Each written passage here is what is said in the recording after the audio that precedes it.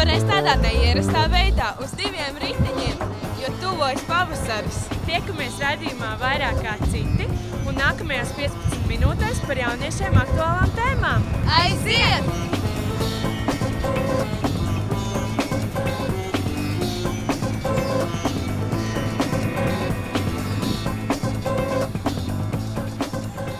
Klau, Anī, skola tūlīt beigsies. Un vasara jau arī tuvojas. Tu esi apsvērusi iespējas kaut kur piestrādāt? Vispār jā, ir bijis tāda doma. Bet vai tu zināji, kad ir tādas skolas, kur tieši jauniešiem piedāvā praktizēties un pēc tam tie var iet strādāt? Interesanti. Un par to nākamajā sižetā. Motivējušies tas, ka mēs varam izglītot jaunos un dot viņiem, teiksim, tādu kā startu, teiksim, nākošiem darbiem. Un, protams, mēs arī izvērtējam, un ja cilvēks ir apmierināts, un tad mēs labprāt viņu, un ja es esmu apmierināts, tad mēs labprāt viņu paturam arī, teiksim, turpmākiem darbiem šajā kompānijā. Līdz slīpēja tagad pirmās dienas. Un kas varbūt ir pats grūtākais vai sarežģītākais? Es nezinu. Tik tālu vēl neesmu ticis, ka vajag lielos darbus.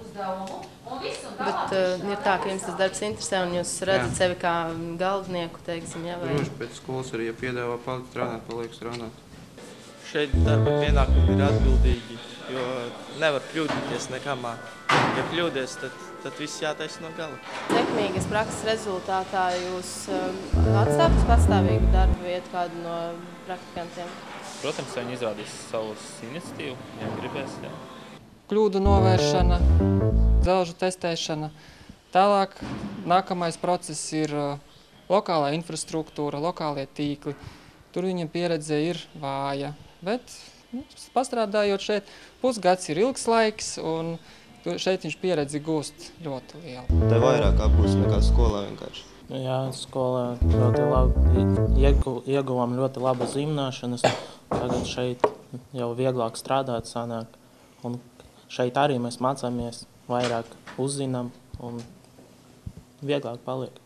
Nākotnē tas noderēs. Redzam gan viņu motivāciju, vēlmi, teiksim, strādāt ražošanā, un arī viņi paši saprot, ko nozīmē, teiksim, šī prakse ražošanā jau, un vai viņi vēlās turpināt, teiksim, šo karjeru šeit, vai varbūt izvēlēties kaut ko pavisam citu. Arotskolās ir cilvēki mācījušies jau 4 gadus par grāmatvedību, saistībā ar grāmatvedību, un ir arī pieredze un kaut kādas arī zināšanas tieši, jo arī arotskolās arī konsultējos, kāda apmēram ir tā mācību programma, ja, kā tiek izmantotas gan arī dažādas datorprogrammas, grāmatvedības programmas, un tas arī, protams, ir ļoti svarīgi, ļoti nozīmīgi. Jā, es domāju, ka tā būs man īstā vieta. Man tiešām patīk grāmatvedība, man tas liekas arī interesanti. Strādāju grāmatvedībā gandrīz 10 gadi, un jau gribas padalīties ar savu pieredzi, dot kaut kādu iespēju cilvēkam arī iegūt pieredzi, lai pēc tam viņam būtu sava darba vieta, kaut kādas zināšanas, ko viņš var izmantot.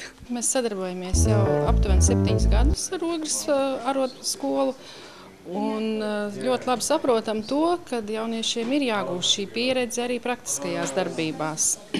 Un labprāt pieņemam katru gadu vismaz pa 2 skolniekiem. Pirmkārt saprast to teoriju, to, ko skolā māca, kas ir lietvedība, kā lietvedībā veidojas lietas, kā viņas tiek nodotas arhīvam. Tas ir atkarīgs no paša praktikanta. Ir tādi, kas ļoti aktīvi paši prasa, ko viņi varētu palīdzēt, kā kaut ko grib uzzināt, jā, un ir tādi pasīvāki vēlētāji.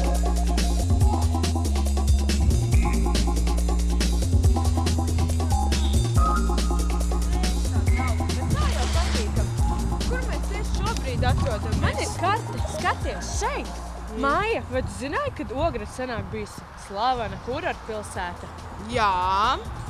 Un varbūt aizbraucam uz Ogres muzeju, un tur mums pastāstīs vairāk. Un tur ir arī jauniešiem atlaides.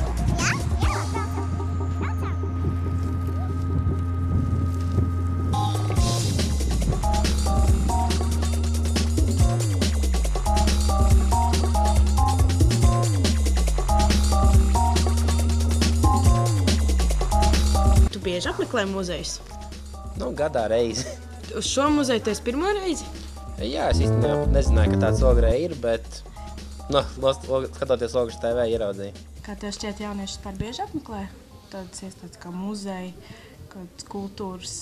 Es domāju, ja ir interesanta programma un aizraujoša reklāma, tad jā. Jūs atceraties kaut ko no bērnības, kā jūs gājāt uz muzejiem? Es vispār Rīgā dzīvoju. Un tad jau mēs ļoti, jā. Tā mums bija tiešām tā kā tagad kaut kur tusējas, tā mēs gandrīz uz muzejiem gājām. Vai jauniešiem ir kādas priekšrocības, kā atlaides, ja viņi vēlas apmeklēt muzeju? Jā, pirmkārt, mums ir bezmaksas apmeklējums Ogres novada skolas skolēniem, ja viņi nāk pedagogu organizētās grupās. Tas nozīmē, ka skolotāji organizē klasi vai cita veida grupu un ved pie mums uz muzeju piesaka, tad vispār šiem jauniešiem nav jāmaksā nemaz ieeja. Ja viņi nāk tāpatās vai ar ģimeni, tad ir puscena 30 centīmi. Bet tie, kas nāk tāpatās, daudz ir jaunieši? Vispār jā, kopš mēs esam šeit kultūras nama telpās, un te jau jauniešu aktivitātes ir diezgan daudz, tā kā daudz arī izrāda. Un jāsaka, es gribētu teikt tā, ka muzejs un interesi par vēsturi un par tādām vēsturiskām lietām ir atkal, šobrīd ir tas laiks, ka tas ir kļuvis stilīgi un interesanti. Varbūt, ka pat var būt kaut kādi ierosinājumi, ko jaunieši gribētu redzēt un labprāt iegādātos. Tā kā mēs esam atvērti un ļoti ieinteresēti sadarbībai. Vai tu atceries, ko mēs solījām iepriekšējā raidījumā? Protams, intervija ar vēsturnieku Kasparu, un tas brīdis ir klāt. Turpiniet skatīties! Pašlaik mācos Latvijas Universitātē Vēstures un filozofijas fakultātē. Un mans brīvais laiks būtībā ir ap šo topošo muzeju, un arī, darbs ir iesaistīts, esmu iesaistīts arī turpmākajos projektos, paredzētajos, un arī ar savu biedrību. Un tā kā būtībā viss savs brīvais laiks arī aiziet šajos darbos. Precīzāk viņš skaitās kultūras mantojuma centrs Lindenbergas, tas ir Tīnūža muiža. Un pirmajā šajā, būtībā viena no muzeja, pēdiņās muzeja, viņam oficiālais status tāds nebūs, būs tieši pamata ekspozīcija par Pirmā pasaules kara latviešu strelnieku cīņām Mazās Juglas kaujā, tieši Rīgas operācija, kas būtībā nav tikai Latvijas mēroga notikums, tieši šī kauja un šis notikums, bet arī visā pasaulē viņš ir ļoti tāds zināms. Šī vieta pati, šis mantojuma centrs atrodas bijušajā un arī esošajā Tīnūža muižā, kas atrodas šīs kaujas pašā epicentrā un būtībā. Tu tieši tāpēc arī izvēlējies šeit? Jā, būtībā tas muzeja plāns veidot, tas jau ir sācies, es pat nezinu, tas ir pirms 10 gadiem, kad tēvs jau sāka tos priekšmetus uzvākt no vietējiem iedzīvotājiem. Tu pats arī, kad devies meklēt priekšmetus? Tas man tā pamudināja, tad es domāju, kaut kur, cik man bija 14 gadi, un ka es vēl tāds sīkaļa pa visiem tiem antīgo priekšmetu tirdziņiem tur vazājos un jau prātu atšķir kādas, kurai armijai raksturīgas bruņcepures un kā var atšķirt oriģināli no kopijas. Un tas viss kaut kā aizgāja. Uz cilvēkiem, uz viņu emocijām arī šis muzejs arī balstīsies un arī izstāde. Viņi arī balstīsies ne tik daudz uz priekšmetiem, ne tik daudz uz kaut kādiem sausiem faktiem, bet uz to cilvēku, kam tiek veltīts šis muzejs, tieši latviešu strelniekiem, uz viņu tām emocijām, uz viņu tieši atmiņām. Būs ļoti interesants, kaut vai turisma objekts. Tieši atzīmējot 95 gadu jubileju, kopš dibināta latviešu strelnieku pulki, tad arī ar Ikšķeles novada pašvaldības atbalstu arī uzsākām tādus diezgan vērienīgus darbus pie novada 8 brāļu kapu, tādas kā pēdiņās būtu pārkārtošanas. 4 gados ierodas mūsu novadā arī tieši vācu jaunieši, kas ir iesaukt armijā, kas ierodas sakopt savu senču kapus, un tad tā nedaudz dīvaini liekas, kad jaunieši viņi tomēr brauc no Vācijas un arī ar autobusiem un tā nopietni, lai...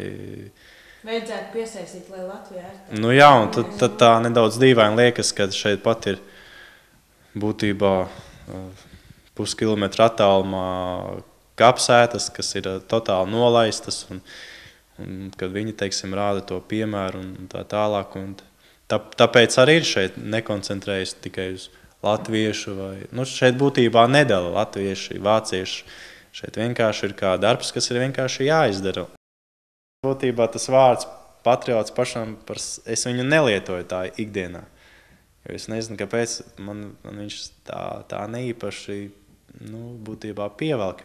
Un, kad, teiksim, cilvēki viņu lieto, viņi it kā saka, jā, es esmu patriots, mums vajag darīt tā, tie visi neko nesaprot. Bet būtībā tā ir runāšana, bet to savus vārdus vajag tā kā vairāk ar saviem darbiem pierādīt.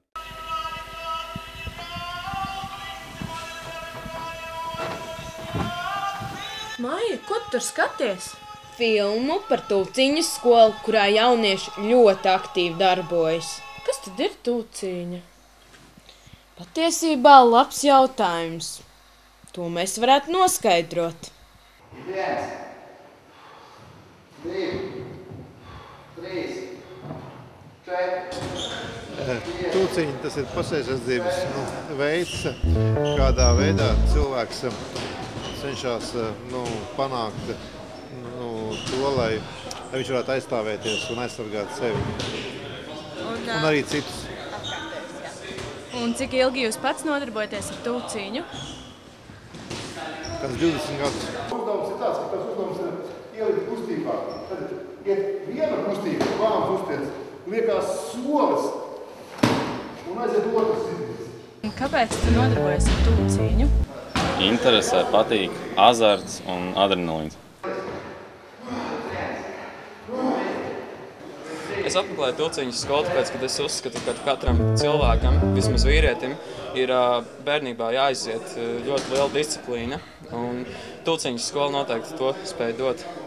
Pirmkārt, tāpēc, ka tā ir ļoti liela rakstura trenēšana, trenē fizisko sagatavotību un arī pašam savu pašapziņu, ka tu vari aizstāvēt sevi un citus savus draugus, un tas ir pats galvenais. Paņem šeit priekšā kādā veidā. Ko darīt, sāks īsti pretī? Nē!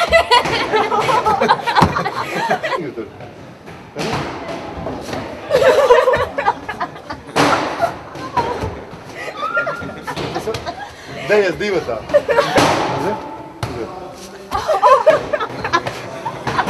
Vienkārši. Ko tie tevi padarīja tavi paša īsti bērni? Mēs cenšamies, arī pēc nosaukuma, ja jūs redzat, mums nosaukums ir patriotiskās audzināšanas un militārā Tūciņas skola. Tad mēs cenšamies stāstīt par mūsu armijas vēsturi, mēs ejam pārgājienos, mēs skatāmies, kur strelnieku kaujas, bijušas leģionāru kaujas. Ja. Tā kā, tas ir ļoti cieši saistīts. Jā, mēs braucam visādos izbraucienos un puiši kopa kapus, un tagad zemesargi mūs aicināja spēlēt paintball. Pēc treniņa beigām mēs pārunājam vēsturi, mēs atceramies kādas noteiktas dienas, kas ir jāsvin. Dažreiz mēs dodamies pārgājienos, ekskursijās dažādās, kur mums tiek mācīta arī vēsture. Bet tas ir tā interesanti un arī... Jā, tas ir interesanti ar piedalīšanos, mēs paši mēģinam šaut un tādas lietas. Un tas arī tevi saista? Jā, ļoti saista. Tas jau nav nekas speciāli domāts, tas ir tādā veidā, ka tu nodarbojies ar to, kas tev sirdī tīkams ir, un pēc tam vienkārši sāk cilvēki pulcēties, ka manī tas patīk. Tā arī tas izveidojies, jo mums jau nodarbībās, mums nav maksas nodarbības, mums nemaksā par nodarbībām neviens. Tā kā cilvēki paši nāk no savas gribas, dara to, kas viņiem patīk.